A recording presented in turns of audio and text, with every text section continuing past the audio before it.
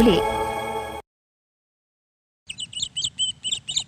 मालिक, मुझे आज कुछ बहुत जरूरी काम है, इसलिए थोड़ा जल्दी जाना पड़ेगा। क्या बात है सूर्या, अचानक शहर में क्या काम पड़ गया? ऊपर से आज का काम भी बंद करके जा रहे हो, क्या बात है बताओ। कुछ खास नहीं मालिक, आज से 2 दिन बाद मेरी पोती का जन्मदिन है, उसे कुछ तो भेंट करना पड़ेगा मालिक, बस वही लेने जा रहा हूँ। अच्छा, नए कपड़े खरीदने के लिए जा रहे हो? ठीक है, जाओ तुम। कपड़े तो वैसे भी हर त्योहार पर नए ले लेते हैं, इस बार सोने के झुमके लेने के लिए सोच रहा हूँ मालिक। क्या कहा? सोने के झुमके ले रहे हो? पर उसके लिए तो बहुत खर्चा होगा सूर्या, और आजकल तो सोने का दाम भी काफी बढ़ चुका है। दाम की कोई परवाह नहीं है, मेरा मेरी पोती के अलावा और है ही कौन, उसको ही नहीं लाके दूंगा तो और किसको लाके दूंगा मालिक। हमेशा की तरह तुम अपनी कमाई पोती पर ही खर्च करते हो। और हाँ, एक और बात कभी मत भूलना, उसकी तुम्हें अच्छे से और धूमधाम से शादी भी करनी है, और उसके बाद तुम्हें अकेले ही जीवन काटना पड़ेगा, इसलिए कुछ अपने लिए बचा कर रखना। क्या करूं मालिक, रहने के लिए तो 10 एकड़ जमीन है, मगर मुझे तो आज मेहनत करके जीना पड़ रहा है। 10 एकड़ है तो क्या हुआ, उसमें कुछ भी फसल नहीं मिलने वाली, पूरा बंजर है वो जमीन। उस जमीन से तुमको कभी कोई लाभ नहीं होने वाला है। अच्छा ठीक है, तुम वापस आते वक्त ये याद रखना कि शहर में एक मिठाई की दुकान है ना, वहाँ से तुम्हें 1 किलो मिठाई घर के लिए लेके आनी है। तभी सूरैया शहर जाने के लिए निकल जाता है। सेठ जी, मेरी पोती के लिए कान के सोने के झुमके लेना चाहता हूँ, अच्छे वाले दिखाइएगा। क्या बात है सूर्या, पिछले साल अपनी पोती का जन्मदिन पर आया था, उसके बाद आज दिखाई दिया, लगता है आज फिर तुम्हारी पोती का जन्मदिन आ गया है। कान के झुमके दिखाओ ना। हाँ सेठ जी, उसके लिए उसके हर जन्मदिन पर कुछ तो सोने की चीज भेंट करना ही मेरी परम इच्छा है। तरह तरह के गहने हैं, पहले बताओ तुम्हें कितने ग्राम तक चाहिए? फिलहाल मेरे पास 1000 रुपए हैं सेठ जी, उतने में कितने ग्राम आएंगे? 1000 रुपए में 5 ग्राम सोना आ जाएगा। ये लो, इन सब में सारे 5 ग्राम के सोने के झुमके हैं, इनमें से कौन सा तुम्हें पसंद है देख लो, ये सब के सब झुमके नए हैं। मुझे ये पसंद है, ये दे दीजिए सेठ जी। हाँ यही। ठीक है, इसके पूरे 1000 रुपए हो गए।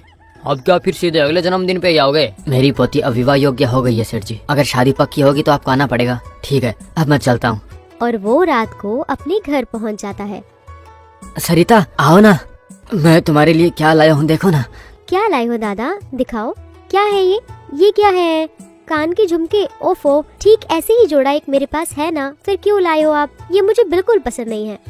ऐसा क्यों बोल रही हो बेटी, ठीक ऐसा ही जोड़ा तुम्हारे पास है? बाप रे, ये बात तो मुझे मालूम ही नहीं थी, मैं क्या करूं, उस सेठ ने तो मुझे एकदम नया जोड़ा बोल के दिया था। आप जो गए थे, आपको तो कोई भी धोखा दे देगा। ऐसे ही जोड़े आप मेरे लिए 2 साल पहले लाए थे, याद नहीं क्या? क्या करूं बेटी, अब तो मेरी उम्र हो गई है ना, मुझे कुछ याद भी नहीं रहता है। उस दुकानदार ने भी मुझे नहीं बोला। ठीक है, जो हुआ वो हुआ, कल जाके बदल आना, कान की बाली लेकर आना। ठीक है बेटा, कल जाके ले आऊंगा। अभी तुम्हारे जन्मदिन में पूरे 2 दिन बाकी है ना? और अगले दिन सूरैया फिर से शहर में सोने की दुकान पर जाता है। तुम्हें जो वाली चीज चाहिए उसके लिए तो पूरा 6 ग्राम सोना लगेगा सूर्या, यानी कि और 200 रुपए ज्यादा लगेंगे इससे, ठीक है? नहीं तो यही दे दूं क्या? और 200 रुपए? ठीक है, क्या ही कर सकते हैं, मेरी पोती की खुशी से बढ़कर इस दुनिया में कुछ भी नहीं है। वैसे वो अपनी पोती को बहुत लाड और प्यार से पालता था। और कुछ दिनों के बाद, सूरैया देखो, तुम्हारी पोती के लिए तुम्हें रिश्ता ढूंढने के लिए कहा था ना, एक अच्छा सा रिश्ता आया है, मगर वो लोग दहेज में 20,000 रुपए मांग रहे हैं। बाप रे, 20,000 रुपए?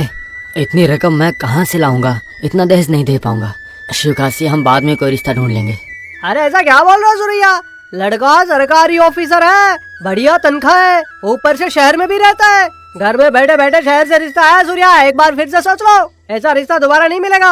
अब आप जो कह रहे हैं वो सब ठीक है, मगर इतनी बड़ी रकम मैं कैसे और कहां से लाऊंगा? देखो सूर्या, फिर से ऐसा रिश्ता मिलना बहुत मुश्किल है, पहले बता रहा हूँ। लड़का भी भोला भाला है और पढ़ा लिखा है, चाहो तो एक बार फिर से सोच लो। देखिए, मेरे पास इतनी रकम नहीं है, खेत बेच के रकम इकट्ठा करने के लिए सोचे तो भी उस मंजर को खरीदने वाला कोई नहीं है। उसके अलावा एक घर है, इस घर को बेचने पर ही धन मिलेगा मुझे। तो इसमें सोचने वाली कौन सी बात है, उस घर को बेच दो और अपनी पोती की धूमधाम से शादी कर दो, और शादी के बाद तुम भी अपनी पोती के साथ शहर में रह सकते हो, है कि नहीं? आप ये क्या बात बोल रहे हो, बेटी के ससुराल में मैं कैसे रह सकता हूँ? ठीक है, आपने आज ही बताया था ना, मुझे 4 दिन की मोहलत दीजिए, मैं आपको सोच के बताता हूँ। देखो सूर्या, जहाँ तक मुझे मालूम है, इससे अच्छा रिश्ता तुम्हारी पोती के लिए कोई नहीं ला सकेगा। ठंडे दिमाग से सोच लो, मौका छूट गया तो बाद में पछताने का कोई फायदा नहीं होगा। और सूरैया शाम को अपने घर पहुंच जाता है। देखो बेटा सरिता, अभी तुम्हारे लिए 2 रिश्ते आए हैं, एक गांव के किसान का रिश्ता है, दूसरा शहर में नौकरी करने वाले लड़के का रिश्ता है। दोनों में से तुम किसको पसंद करोगी? ये क्या दादाजी, कोई भी इस गांव में रहने के लिए राजी होगा क्या? बोलिए, मुझे तो शहर में ही रहना पसंद है। ठीक है बेटा, तुम्हारे लिए शहर का रिश्ता ही पक्का करूंगा। तुम जहाँ भी रहो, मुझे बस तुम्हारी खुशी चाहिए और कुछ नहीं। अगले दिन सुरैया अपने मकान मालिक रंगनाथ के पास जाके बोलता है, देखिए मालिक, मैं अभी अपना घर बेचना चाहता हूँ। अगर कोई खरीदने वाला हो तो बताइएगा। क्या हुआ सूर्या, अचानक तुम्हें कौन सी परेशानी आ गई जो अचानक से तुम घर बेचने को तैयार हो गए हो? देखिए मालिक, अभी मेरी बेटी की शादी करनी है मुझे। लड़का सरकारी अफसर है, शहर में रहता है। वे लोग 20,000 रुपये दहेज मांग रहे हैं मुझसे। अच्छा रिश्ता है, मैं उसको गंवाना नहीं चाहता हूँ, इसलिए घर बेच के पोती की शादी करना चाहता हूँ। खरीदने वाले तो बहुत हैं, मगर सूर्या अगर तुमने उस घर को बेच दिया तो तुम कहाँ रहोगे? मेरा क्या है मालिक, अब तो बूढ़ा हो गया हूँ। आपके बंजर में एक छोटी सी झोंपड़ी में रह लूंगा। सूर्या, तुम अपनी पोती से कितना प्यार करते हो। ठीक है, तुम्हारी मर्जी, अब क्या ही करें। अच्छा दाम आए तो ठीक है, अगर कोई नहीं आया तो मैं ही उसे खरीद लूंगा। तब तक तुम शादी की तैयारियां करो। आपका बहुत बहुत धन्यवाद मालिक। अब कल ही शिवकाशी जी को खबर भेज के उस रिश्ते को पक्का करवा दूंगा। और सुरैया अपने घर को बेचकर अपनी पोती की शादी बहुत धूमधाम से करता है। उसके बाद अपने लिए बंजर जमीन पर एक छोटी सी झोपड़ी बनाकर खेती बाड़ी और मजदूरी करके जीवन बिताना शुरू करता है। सूर्या, अभी तुम्हारी पोती कैसी है? शादी के बाद जाके देख के आयो कि नहीं? नहीं मालिक, अभी 10 दिनों के बाद उसका जन्मदिन है ना, तभी देख के आऊंगा। रोज रोज खाना पकाना तुम्हें मुश्किल नहीं लग रहा है क्या?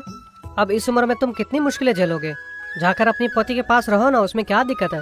अब तो मुझे भी ऐसा लग रहा है। देखते हैं, सब कुछ भगवान की ही कृपा है। और सुरैया अपनी पोती के जन्मदिन के अवसर पर शहर जाता है। दादाजी, आप आ गए? आइए आइए, आज मेरा जन्मदिन है ना, आप अब तक नहीं आए, मैं यही सोच रही थी। इतने में आप आ ही गए। भोजन का समय हो गया है, मैं खाना परोसती हूँ। ठीक है बेटा, ये लो तुम्हारे जन्मदिन का तोहफा। देखो क्या लाया हूँ। जरा देखने दीजिए। चांदी की पायल है क्या? ये देने के लिए इतनी दूर चलकर आए हो आप? हर साल मेरे जन्मदिन पर आप सोने की चीज भेंट करते थे ना, आज क्यों ऐसे चांदी की पायल लेके आए हो? मुझे तो हरगिज पसंद नहीं आया ये तोहफा।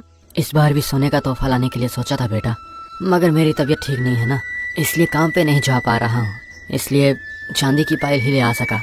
बुरा मत मानना बेटी। इस बारे में तो मैंने अपने पति को बहुत ज्यादा बताया था।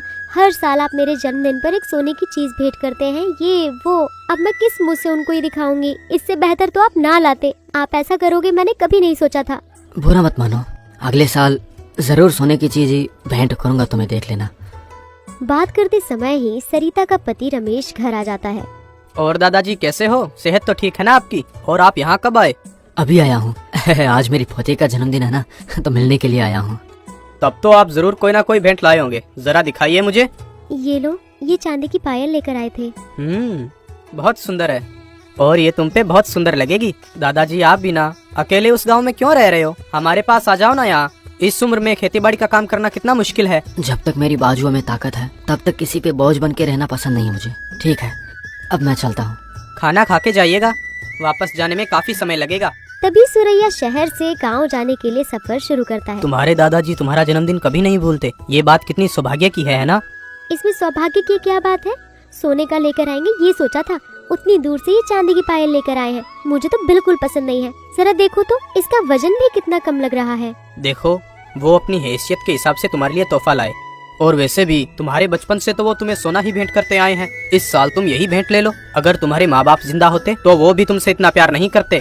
वो तो मेरे बचपन में ही गुजर गए थे, मैंने तो उनको एक बार भी नहीं देखा था। अगर आज वो लोग जिंदा रहते तो वो दादाजी से ज्यादा मुझे प्यार करते। उन्होंने घर बेच के तुम्हारी शादी की थी, मगर तुम में जरा भी दया नहीं है। ठीक है, अब ये पैसे अलमारी में ले जाकर रख दो। आप हर महीने तनख्वाह के अलावा बीच बीच में ऐसे 3-4 बार पैसे मुझे लाकर दे रहे हो, क्या बात है? आपके पास कुछ जमीन जायदाद है क्या? ये पैसे उनसे मिल रहे हैं क्या? हमारी कोई जमीन जायदाद नहीं है, अब हम किराए के मकान में भी रह रहे हैं। ये बात तुम्हें अच्छी तरह से पता है ना? अगर दूसरी कमाई का मार्ग नहीं है तो पैसे हमें क्यों मिल रहे हैं? दफ्तर में मैं कुछ लोगों के काम आसानी से कर देता हूँ, इसीलिए वो सब लोग मुझे ये पैसे देते हैं। वही पैसे हैं ये। यानी कि आप ऑफिस में आसानी से काम करवाने के बदले में लोगों से रिश्वत ले रहे हो आजकल? देखो, इतने जोर से मत बोलो। मैंने अपना घर बेच के सामने से पैसे देके ये नौकरी पाई है। उस नौकरी को देख के ही तुम्हारे दादाजी ने मुझे दहेज में 20,000 रुपए दिए थे। और दफ्तर में मैं अकेला नहीं हूँ जो रिश्वत लेता हूँ। मेरे बड़े अफसर से लेकर दफ्तर के चपरासी तक, ऊपर से लेकर नीचे तक सबके सब रिश्वत लेते हैं। ठीक है, आप कैसे कमाते हो मुझे क्या पड़ी है। मैं तो सोनार से कब से सोने का हार बनवाना चाह रही थी, इन पैसों से ही बनवाऊंगी अब। बनवा लेना और उस सोने के हार को अपने जन्मदिन की भेंट मान लेना, मगर मैं दफ्तर में रिश्वत ले रहा हूँ ये बात किसी को मत बताना, वरना सब खत्म हो जाएगा। कुछ महीने बीतने के बाद भी सूर्या अपने गांव में खेती बाड़ी की मजदूरी का काम करता रहता है। मालिक, आज की आप मजदूरी देंगे तो ही मैं अपने घर जाऊंगा। क्या हुआ सुरैया, तुम इतने कमजोर लग रहे हो। ऐसी हालत में भी काम पे आना जरूरी है क्या? क्या करूं मालिक, रोज मजदूरी करूंगा तो ही मेरा पेट पलेगा। अगर काम नहीं करूंगा तो कौन मुझे खाना खिलाएंगे। अब घर जाके खाना भी पकाना है। कुछ भी बोलो सुरैया, मुझे तुम्हारा हाल देखकर तरस आ रहा है। ये लो मजदूरी, ठीक से घर जाना। सूर्या अपने घर जाते वक्त खेत में नीचे गिर जाता है और उनके पाँव में चोट लग जाती है। बाप रे, ऐसे कैसे गिर गए सुरैया? जरा देख के चलना चाहिए ना। हाथ दो, मैं पकड़ता हूँ। अरे, मैं चल नहीं पा रहा, शायद पाँव की हड्डी टूट गई। ठीक है, मुझे देखने दो। और एक व्यक्ति की सहायता से दोनों मिलकर सूर्या को वहाँ से डॉक्टर के पास ले जाते हैं। डॉक्टर सूर्या के पाँव को पट्टी बांधकर घर भेज देता है। देखो सुरैया, ऐसी हालत में चलना तुम्हारा मुश्किल है। डॉक्टर ने तुम्हें 1 महीने के लिए आराम करने के लिए कहा है, इसलिए अब तुम सारे काम धंधे छोड़कर 1 महीना घर पर रहोगे। अब तुम घर पर ही रहना, जरा संभल के। और वो सूर्या को घर छोड़कर चला जाता है। हे भगवान, ये कैसी आपत्ति आ पड़ी है मुझ पे। अब इस स्थिति में मैं कैसे काम पे जा पाऊंगा? अगर काम नहीं करूंगा तो पैसे कहाँ से मिलेंगे? लगता है इस पूरे महीने पोती के जन्मदिन के भेंट के लिए बचा के रखे पूरे पैसे खर्च करने पड़ेंगे मुझे। फिर वो पोती के जन्मदिन के भेंट के लिए बचाए रखे पूरे पैसे की दवाई और गुजारे के लिए पूरे पैसे खर्च कर देता है। तभी पोती का जन्मदिन भी आ जाता है। ये क्या है भगवान, अपनी पोती के जन्मदिन पर मेरे हाथ में एक फूटी कौड़ी भी नहीं बची। मैं तो उनको देखे बगैर नहीं रह पाऊंगा। अब मैं एक काम करता हूँ, कोई अच्छी सी मिठाई लेके जाता हूँ। वैसे ही सूर्या घी की मिठाई लेकर अपनी पोती सरिता के पास जाता है शहर में। दादाजी को दूर से आते हुए सरिता देखती है।